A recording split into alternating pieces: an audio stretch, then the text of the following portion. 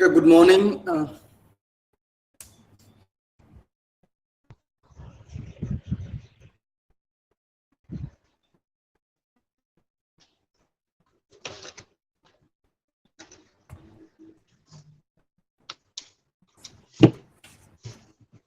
Okay, so as usual, others are not joining the class, and uh, we are supposed to start at 10:10, and it's 10:14 already, and we shall just go with the class. And this class was supposed to be of 6111, that is uh, the structure of modern English, but the PPT is not yet ready for that, and we shall be beginning with the British poetry first. And today we shall be doing a very beautiful poem, one of the all-time celebrated poem by Alexander Pope, called the Rape of the Lock. I'm sure you must have heard the name, because everyone who has a little bit of prior knowledge about English literature has come across this particular poem. So we shall just begin with that.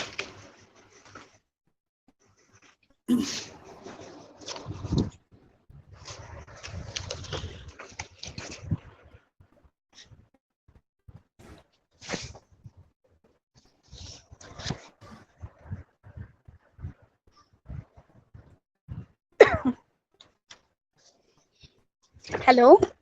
Yes, hello. Hello. Sound problem. Uh-huh. Sound problem.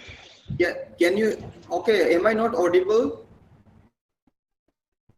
Yes, yes. Now I am audible. Okay, okay, my volume was low, I guess, back then. Okay.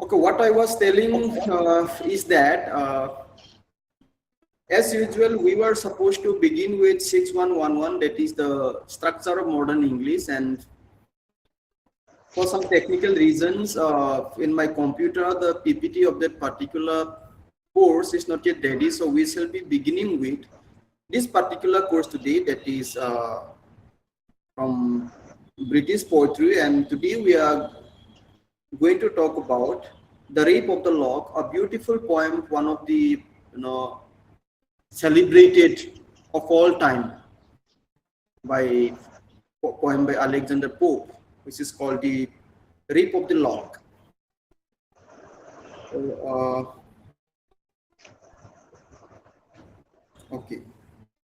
So this is also the last block of the course, covering from unit 16 to unit 20. So how we are going to do as usual, and just we'll discuss basically we'll summarize the contents of the poem. This particular poem has 5 cantos, since this is an epic, actually not a poem. It's a bigger version of a poem, and followed by some the self-assessment sort of section called Sacred Progress. And before that, this is what we have done in the previous class, that from this particular paper we talked about a long poem called Absalom and Epistophe by uh, John Dryden from the Restoration period. So we discussed the political implications of that, how this particular poem for Absalom and Epistophe represented one of the major political crises that had happened in the history of Britain, which was a contemporary to Dryden, and where we found that that this particular poem, Absalom and Epistophe, was also uh, a sort of written in heroic couplets. So the similar rhyming scheme and the narrative technique we are going to get in The Rape of the Lock also. So this is how all the 5 units go, and yes, so each unit would be having 2 or 3 slides which cover the summary of the canto and then followed by the analysis of the same.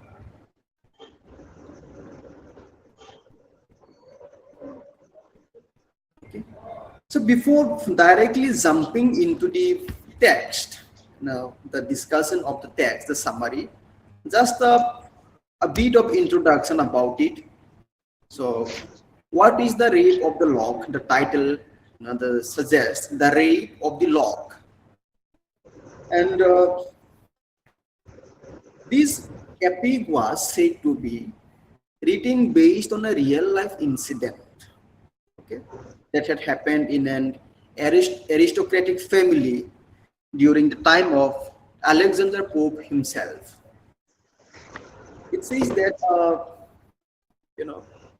as the title suggests, the rape of the lock. Here, the rape is done to which means the rape, the assault is done to a lock, right? The lock, uh, which means, let me just check if somebody, so, okay.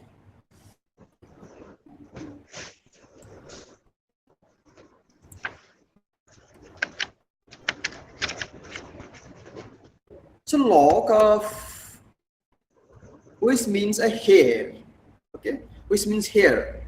Here, not the author. You must have seen all these people, especially the girls. They like keeping these sort of some small strands of hair just before just, over their forehead. That we have seen the typical hairstyle of Michael Jackson, having this curly hair on his forehead. That is called a lock. So the rape is done on that lock, on that curly, strange of hair. So based on that, an entire epic was written. So for that, it is called a mock epic.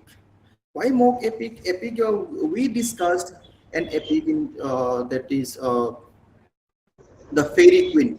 how we have seen the epic, tradition in the fairy queen, that the knight, the Red Cross knight, and the Sargayan, went on to fight against all the villainous creatures, and recovering the female protagonists and her relatives.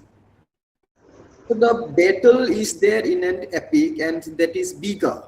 So in the Rape of the Lock also the battle is there, but it was not about, the battle was not about rescuing a heroine or not something like that. Rather, so the problem was created by cutting off of a strand of hair. So as I mentioned, this was class classes. So sorry for the disturbances. Said that this was based on a real life incident. So it says that the heroine, the female protagonist of this epic is called Belinda. Simply Belinda, Belinda.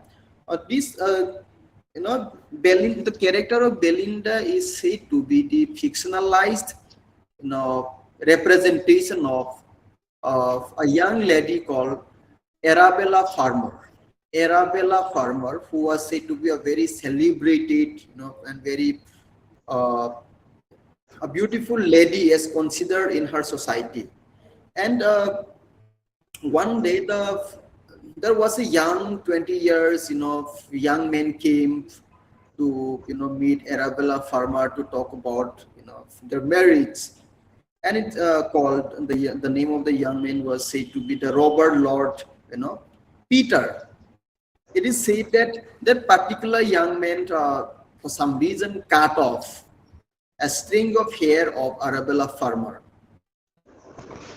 and that caused a lots of what to say problems, and in terms of their marriage, and sometimes something like that, their marriage could not take place later on. And a person called John Carroll, okay, John Carroll, who is a very close friend of Alexander Pope, happens to be a eyewitness of that incident, okay, that real life incident of cutting off Arabella Farmer's hair. So this epic therefore is said to be written based on, it seems that John Carroll, that Alexander Pope's friend, happened to have told Alexander Pope to write a poem based on this particular incident. So out of this connection, it is believed that, and some scholars over time claimed that Rape of the Lock is based on that particular real life incident. So now, just following the epic tradition, what we see in the Rape of the Lock is that it follows an epic tradition. In epic, what we see, the invocation to the muse. Okay, invocation to the muse. It was started during the time of Homer only. Homer himself used to invoke to the higher spirit, like the Apollo and all these things. And even in Rape of the Lock we have seen Edmund Spencer invoking to the muse of history, the goddess of love, and gods and goddess of love, and all these things. So here in Rape of the Lock also, Alexander Pope makes an invocation, but does not mention particularly whom he is, who is particular muse he is invoking. Okay, remember this, that he follows the epic tradition. He did the invocation in the Rape of the Lock, but he does not mention the particular muse who he is invoking. Only in the third line of the poem he mentioned a word, Caril, Carll, Caril. So the scholars now claim that this Caril was is invoked here in this poem. Now, who is this Carroll? As I already mentioned, it was his friend John Carroll who suggested, who told him the story of Arabella farmers here being cut off by the young man called Robert Lord Peter, and suggested him to write the poem on that particular incident. Uh, so in the first, what to say, on the first canto, as we have five cantos here, what we see, the summary of the canto, it was not possible to mention, all the summary in the slide or two slides. So what we see here, the heroine of the epic, named as Belinda, is introduced in the very first canto itself. That the house, at the opening, the house where Belinda stays is beautifully described or shown, that it was already late in the late, almost afternoon, and there are sunlight, and there are in the garden around, and what to say, there is a lap dog called Sock, and it means that it is almost known, but Belinda, the heroine, a beautiful girl, is still sleeping. Okay, Belinda still sleeping in her bedroom, and she was being guarded by very sylph. Okay, okay. Belinda was still sleeping and dreaming. You know, uh, almost afternoon, and Belinda was still sleeping in her beautiful uh, bedroom and dreaming. In her dream, he meets her guardian. Okay, Belinda is always being guarded by different sylphs. Okay, the different sylphs, SYLPH, sylphs. So sylphs are some. They are the invisible, or what we can say, the supernatural. Uh, the spirits. It is said that Belinda is always being guarded. Even though she stays alone, she is never alone. She is always guarded by. She is always being escorted by the spirits, the supernatural elements, which the other people cannot see, but only she could see the sylph. And the head of the sylph, that group of sylph was named as the Ariel. Okay, Ariel. So Ariel itself means the air. Obviously, it is going to be invisible. So she sees a dream. She was still sleeping and dreaming, and in her dream, Ariel appears. Ariel appears, her guardian, angel, we can say, appears in her dream and tells him that some disaster is going to happen in her life, in Belinda's life, and she should be, you know, she should be aware of that incident. And after that particular dream, Belinda's sleep is broken, and as soon as she wakes up from her, she was trying to recall, she tries to recall the dream she has seen, and the warning she was given in her dream by her guardian angel, the sylph Ariel. But she found a love letter in her bedroom.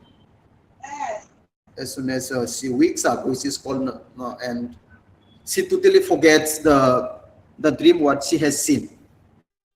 And after this particular incident, we see there are plenty of lines and stanzas written on just describing, the dressing table and the toilet of the Belinda. So now, why this is called, the Rape of the Lock is called one of the all-time, the greatest mock epic. It is because of such things. In epic, what we see in the epic, let's compare with the uh, the fairy queen. What we have seen the fairy queen? We have seen the description on the dressing sense of the Red Cross Knight, right? How there is the cross on his chest, and how he's wearing armor and all these things. This sort of grandeur description we find in the Rape of the Lock also, but not on some heroic things, but the detailed description is given on how the toilet of Belinda looks like, having the having perfumes from the Arabs and some glitters from India and all these things. Okay. So then Pope, after writing multiple uh, stanzas on the toiletry of Belinda, Pope again goes on to describe the cosmetics now. Okay, the cosmetics and beauty rituals by uh, uh, what to say, beauty rituals done by Belinda on everyday basis. So he says that the Pope describes that the cosmetics in Belinda's dressing table and the beauty ritual that is followed by her, it makes her look like she is looks like a goddess getting ready for a battle. And as already mentioned, Belinda is always guarded by the sylphs, the invisible spirits, and there are these different sylphs are uh, what to say, taking care of the different belongings of uh, Belinda. Like some spirit would be taking care of her hair, some spirit would be taking care of her clothes, and and in fact, uh, the mocking was made in such a grandeur manner that uh, uh, Alexander Pope even says that, it even writes that the 50 spirits, there are the 50, a group of 50 spirits would be taking care of the important petticoats that are going to be worn by Belinda. So in the Canto 1, how it goes is that after waking up in the late in the morning, almost afternoon, and then getting ready and everything, Belinda starts to go out and being guarded by all her guardian angels, and she sets off on a boat. She gets onto a boat and starts sailing through the Thames, the river Thames, and to attend in some party. This is how the the Canto 1 ends. So what we find in Canto 1 is that a very it's a sort of a very, what to say, a promising opening to a great mock epic, where the things like uh, the description of Belinda's toilet, like which is shown like a preparation for a ceremony, a ceremony, or getting ready for a battlefield. So then in Canto 2, what we the Canto 2 again is uh, surrounding all about Belinda. So Belinda, in the end of the Canto 1, Belinda was sailing on a boat and going to a party called the Hampton Court Palace. Okay, Hampton Court Palace, where she's going. And so what the problem here, as like any other epic, like a problem arises here also. Since this is an epic, then there has to be some problem, some struggle. Okay, so the problem here begins, and the battle is almost a part and parcel of an epic, and the battle here also takes place. So in the Fairy Queen, what we have found, the battle against the dragon, the monster, the witches, and all these things. Here we find a battle here also in the Rape of the Lock, also in the Canto 2. What is the battle here? Here the battle is a card of game, a game of a card game. a game of card.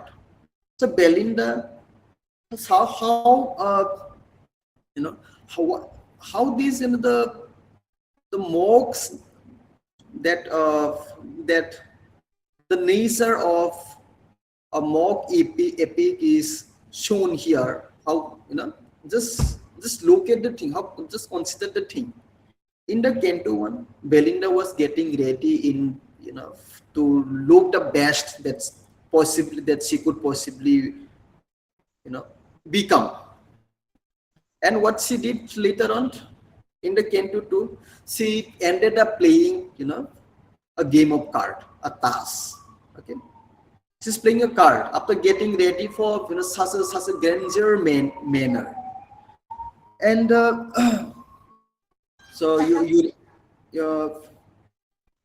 uh, you remember the name of the card game that Belinda played is called Ombre, Ombre, Ombre. So went now Alexander Pope, wrote another, several multiple stanzas on this card of game called Ombar, now describing how in a very heroic, in a manner which is used while describing serious situations like a battlefield. So we get introduced to uh, a new character here, a male character. You must have seen what to see here.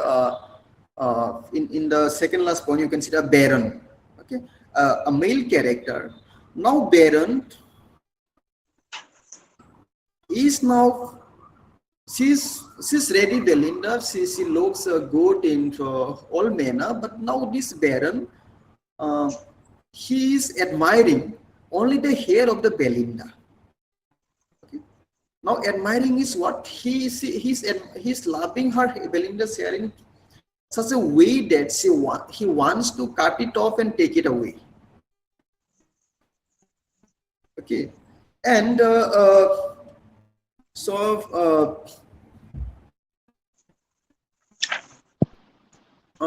what it is doing, what now what Baron is doing now, he wants to cut it off at any cost. And Belinda now totally dedicated into the game of card, and initially she was almost winning, and then she lost into it. She loses the she lost into the game, and she loses it ultimately, and Baron defeated her. And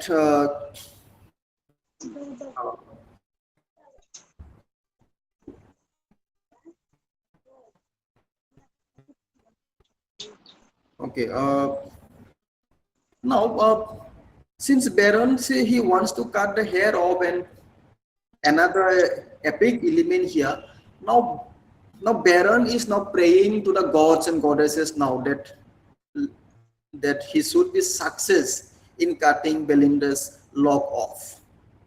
So why it is another mocking element? Because in epics, what we see that the characters, they offer prayers to the gods and goddesses, so that they can help them achieve what they dream for about, so that they can they can get the inspiration, for divine inspiration to win the battlefield sort of situations and rescue the people, like the heroine or such.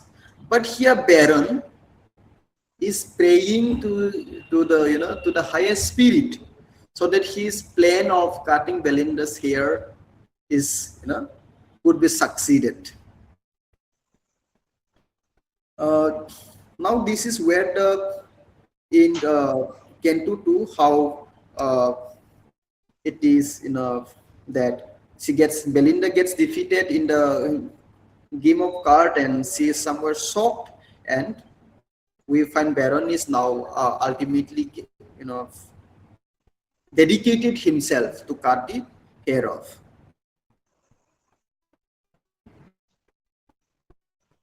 So if we analyze the second Canto, the Canto 2, what we find is that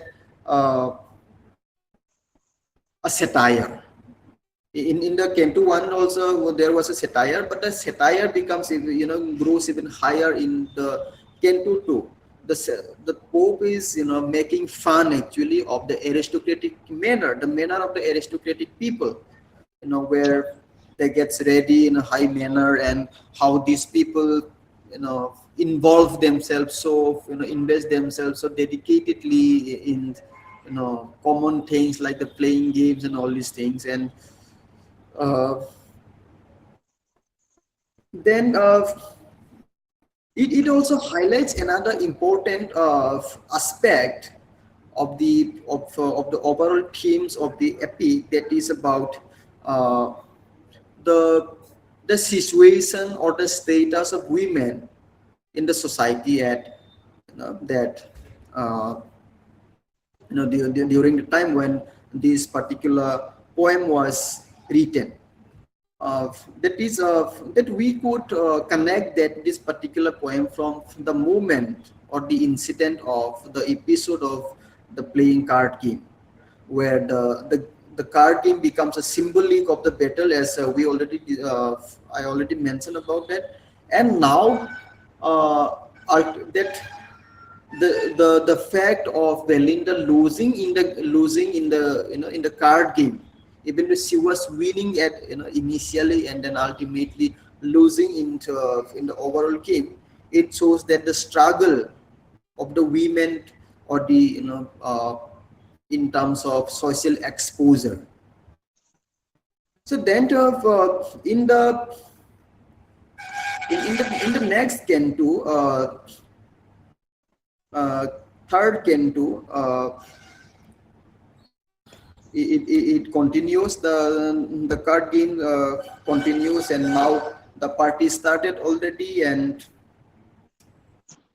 uh, Baron is even though he was playing game and defeating Belinda at the same time, and he is repetitively trying to cut uh, you know the what to say cut the lock of the lock of Belinda.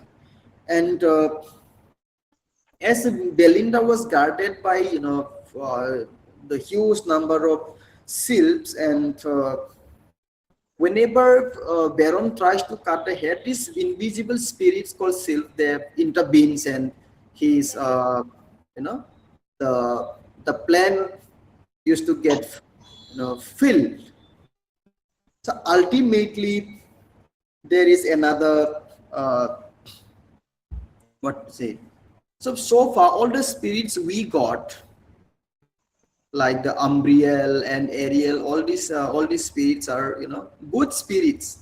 Now we get a bad spirit, or the evil spirit, we can say, called Clarissa.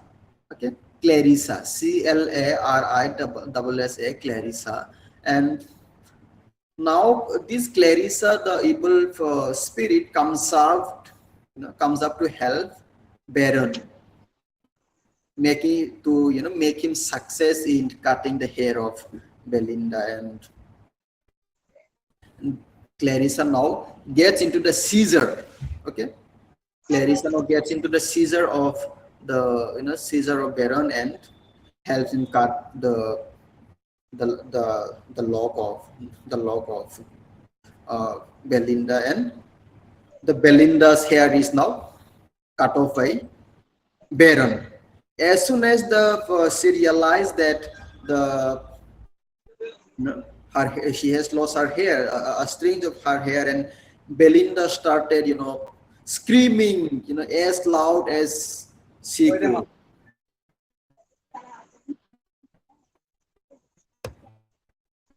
So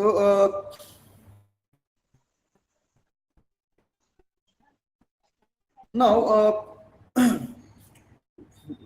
now what to say, what happens now after this is that the Belinda's car he is already losing in the card game, and she also lose her hair now, and she started screaming. And now again uh,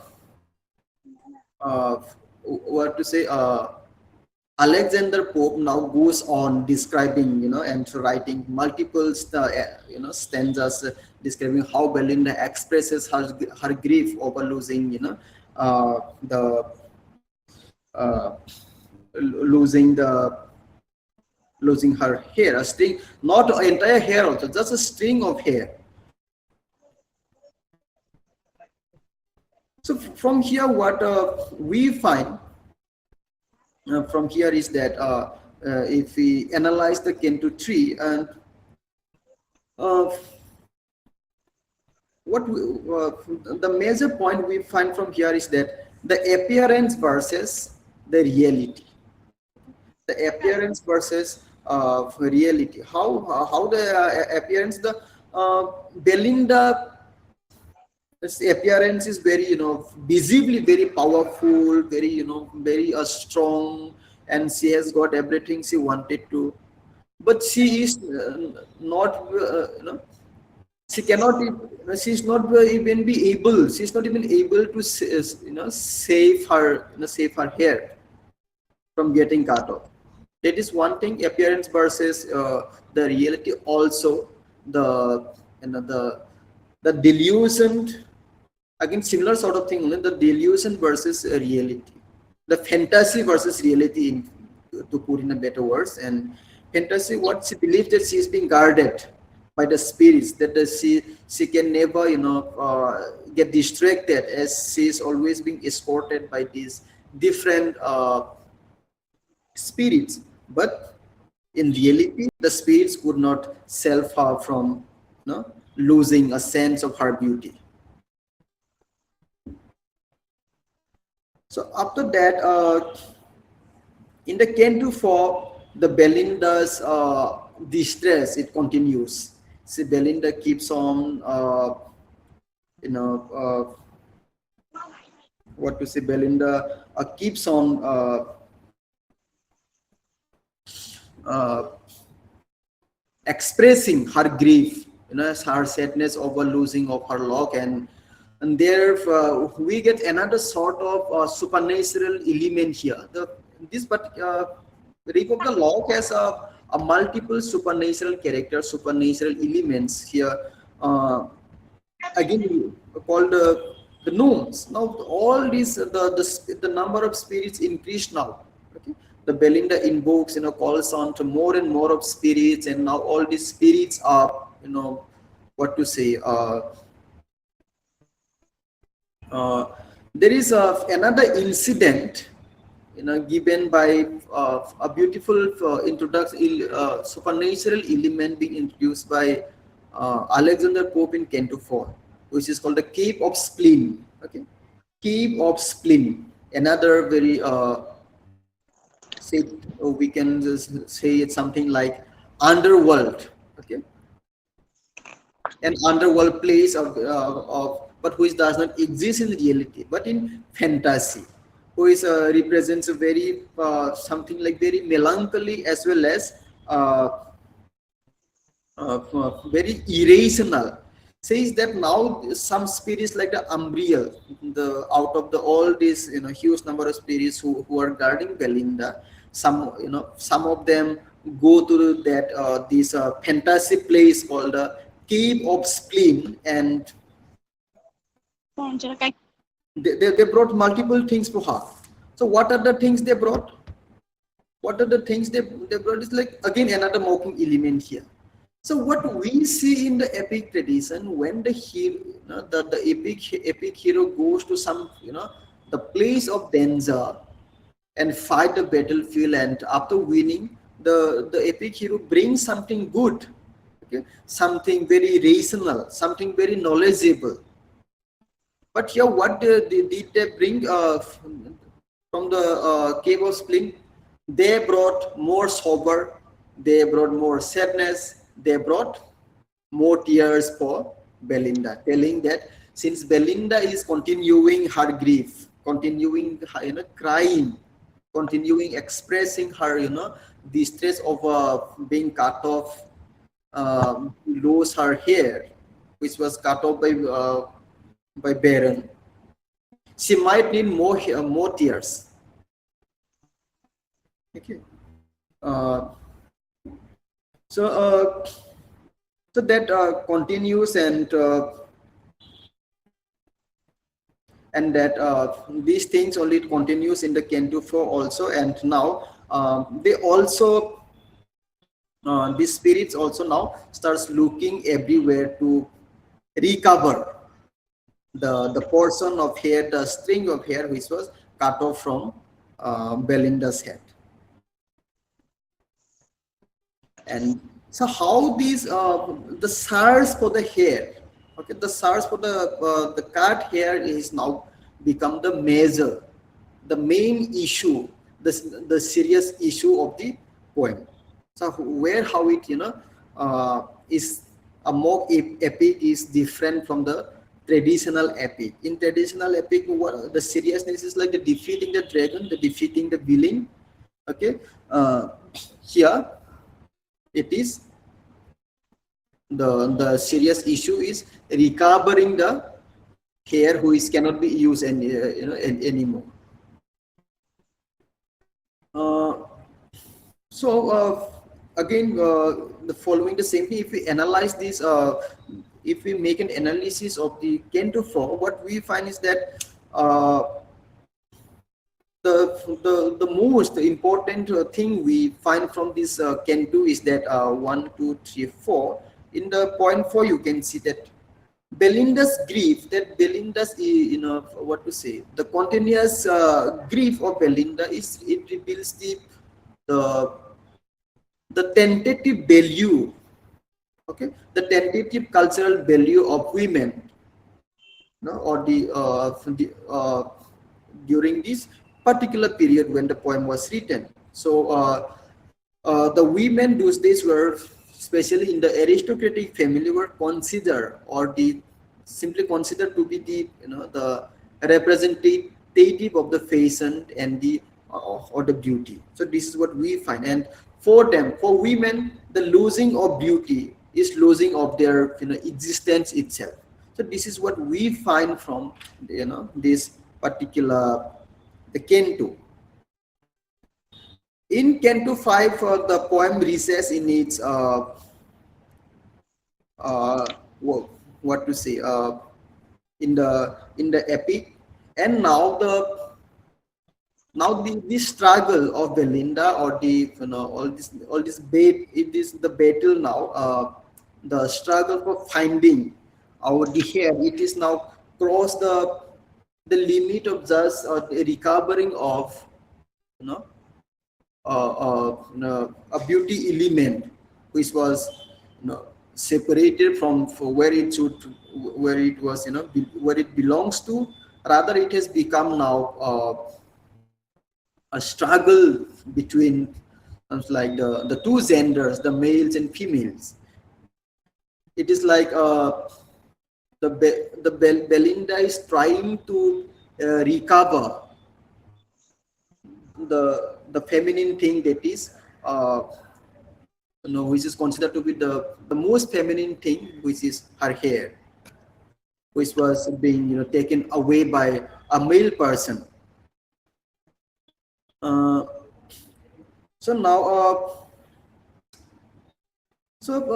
what we find in the last, how it ends ultimately, is that the looks for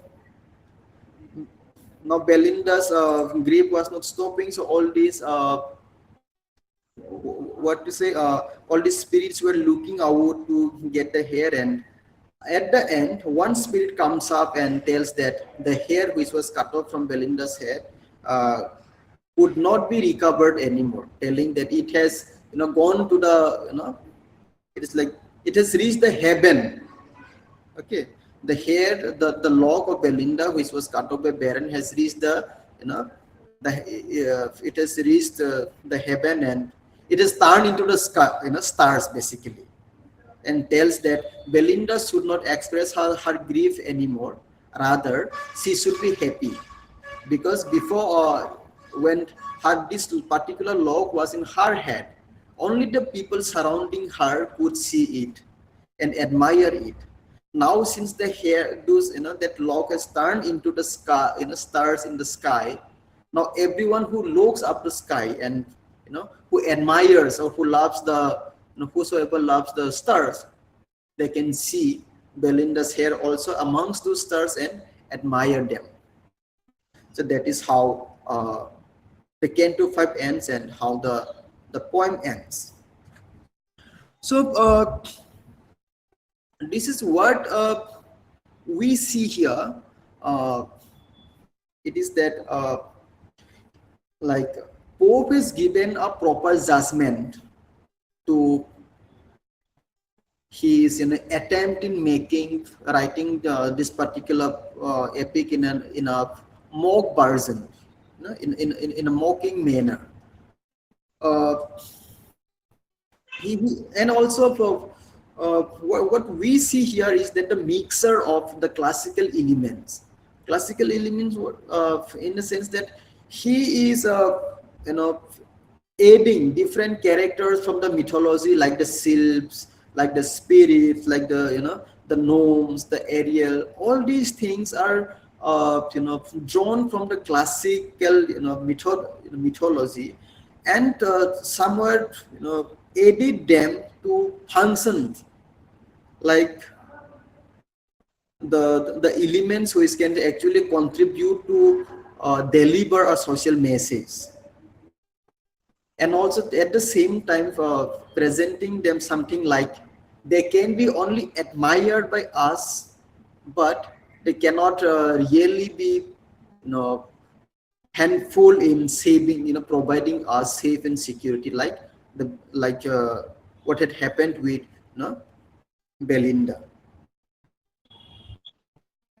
So the ending scene where that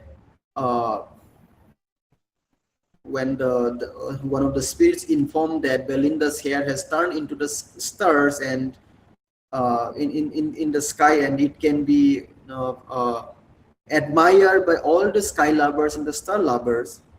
So here this is on the one hand functioning as a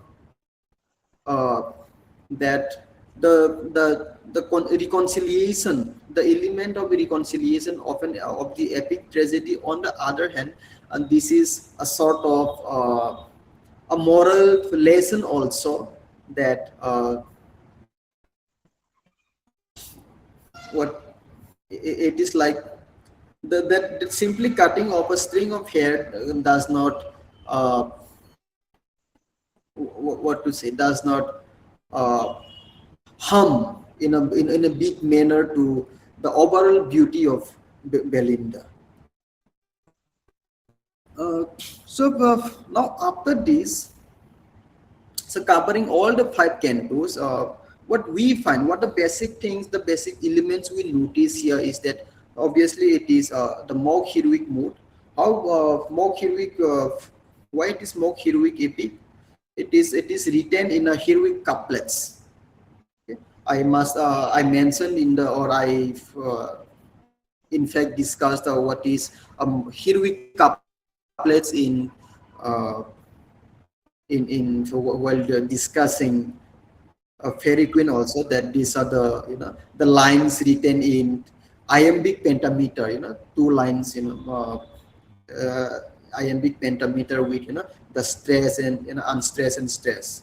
Okay, so this is also, so these sort of heroic couplets are basically written to write about things like a very grandeur sort of subject matter, okay, where with very celebrated grandeur heroes like the Red Cross Knight or the Sargayan or the such things. But here the same thing of that epic, that heroic couplet is used, but the subject matter is not that of showing the heroism of an epic hero, rather just a simple, very, or we can say the very silly things that it may happen to anyone, except purposely or non-purposely, sometimes playfully. Someone can cut some 2-3 hair of anyone, but that should not take place in such a very serious manner that called on from all the spirits from the universe and such things. So it is like It is mocking. It is mock epic in this sense, not only because uh, Alexander Pope is mocking the manner, the social manner of the aristocratic people. Rather, he is mocking the tradition of epic writers itself, the epic tradition itself. That is one thing. So, in your assignment also, I think I must have given that very the rip of the lock as a mock epic. So this is one thing, and the another element what we find is gender and power. Okay. The the gender and power. Here, what we see here is that uh, the gender here we see is that the subjugation of women as a weaker gender. Why weaker gender? Because it's like she's got everything, belongs to aristocratic family, and for being guarded by this plenty of spirits and angels, these guardian angels and those things. Like it seems like entire divinity is surrounding Berlin, that to safeguard her from for any sort of harm. But ultimately, she had to struggle and could not save it. Meaning that whatever the things of beauty or whatever the things that the women during those days get, they are still considered to be weaker than the men. That is one thing. Uh, and then obviously the power also. Then the other thing, what we the satire and wit. Okay, the satire and wit. But the satire, it is that it is criticism. It's criticizing wit, no possible corrections that that should be done or that to be done. So here the satire is done on the manner, the social manner of the aristocratic society, done by Alexander Pope. So here he's basically criticizing the nature of aristocratic people, the high class people in showing exaggerated emotion or reaction towards little things or the smaller uh, what to say offenses like losing of hair, and who is into common people or so logically this should not be a big issue, but to this the people belonging to aristocratic class or the society, they have that they had the tendency to make it a bigger issues. And he is using this satire, he is criticizing this satire, criticizing this mannerism of the aristocratic class, not in a harsh language, rather through the very witty and playful use of language. The next point of what we notice, or the theme also we can say, that is the vanity and appearance. Okay, the vanity and appearance. What we say, the elements like the beauty, fashion, and the social performance, that define the world that of the poem, rather than define the world that existed during the time when this particular poem was the poem was written. And obviously there are lots of another element also, there are lots of supernatural elements, or there are symbols we found the elements like the sylphs, like the umbriel, like the cape of spleen, and the stars ultimately that they have, they are to offer us different allegorical lessons. And one more thing that you can add here is that we discussed also, that is that appearance versus reality. That is also a theme of the Rip of the Log. Based on that, the overall discussion, or you can look whether you can answer, or you can write this questions, answer these questions. That the number one is, how does mock heroic style transform a trivial social event into an epic conflict? Okay, it is simply means that how trivial social event is, like how normal, a very a small issue has been converted into an element of, an epic element in the poem. It is simply like that. And the next question is that, what do the sylphs, umbriel, and the cape of Sleep symbolize in the poem? Their symbolisms, basically the symbolism of the sylphs, the symbolism of umbriel, and the symbolism of the cape of spleen. And and the next is, how do Beniti's gender rivalry and social performance shape Belinda's experience across the Canto? Across the means that it is like it is basically, you have to write the character of Belinda, where you need to focus basically on these three things, that is the Beniti, the gender rivalry, and the social performance. So Beniti, you have seen how Beniti is represented, how it is like uh, excessive, practice of, or the trial of making her appearance as a, in a very celebrated, beautiful appear to have a celebrated or beautiful appearance. And then the gender rivalry that we have seen basically into incidents, and one thing is losing in the game of card, and the other incident is not being able to save her hair. And the other thing is social performance. Social performance is simply means that see, Belinda has something, some sort of that mental pressure sort of thing, that she has to look good, she has to look beautiful, and before in the society or before anyone else. So this is sort of that her, the fact of she has to be beautiful, she has to appear beautiful, is no more like a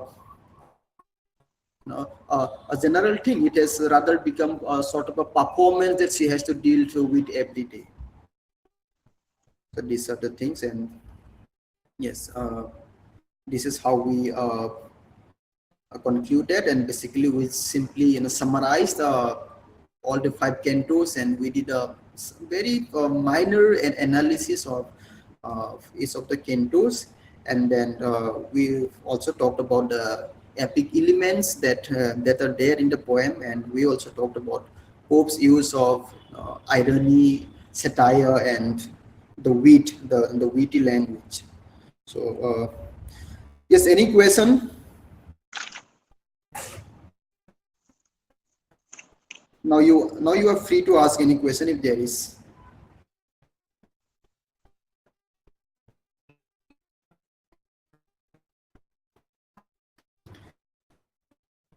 Could you understand somehow?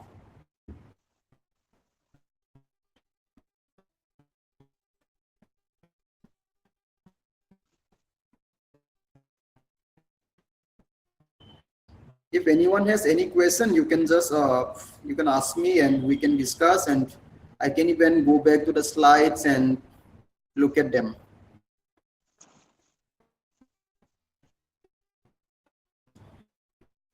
And next class we shall be having at 12 on, no, not 12, 10 to 11, 12, at 1 o'clock. 1 hour gap in between, and we will do another class at 1 o'clock.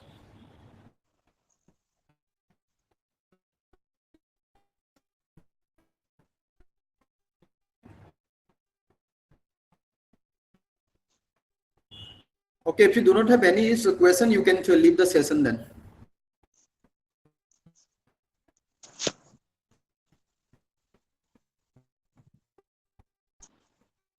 And we shall have next class at 1.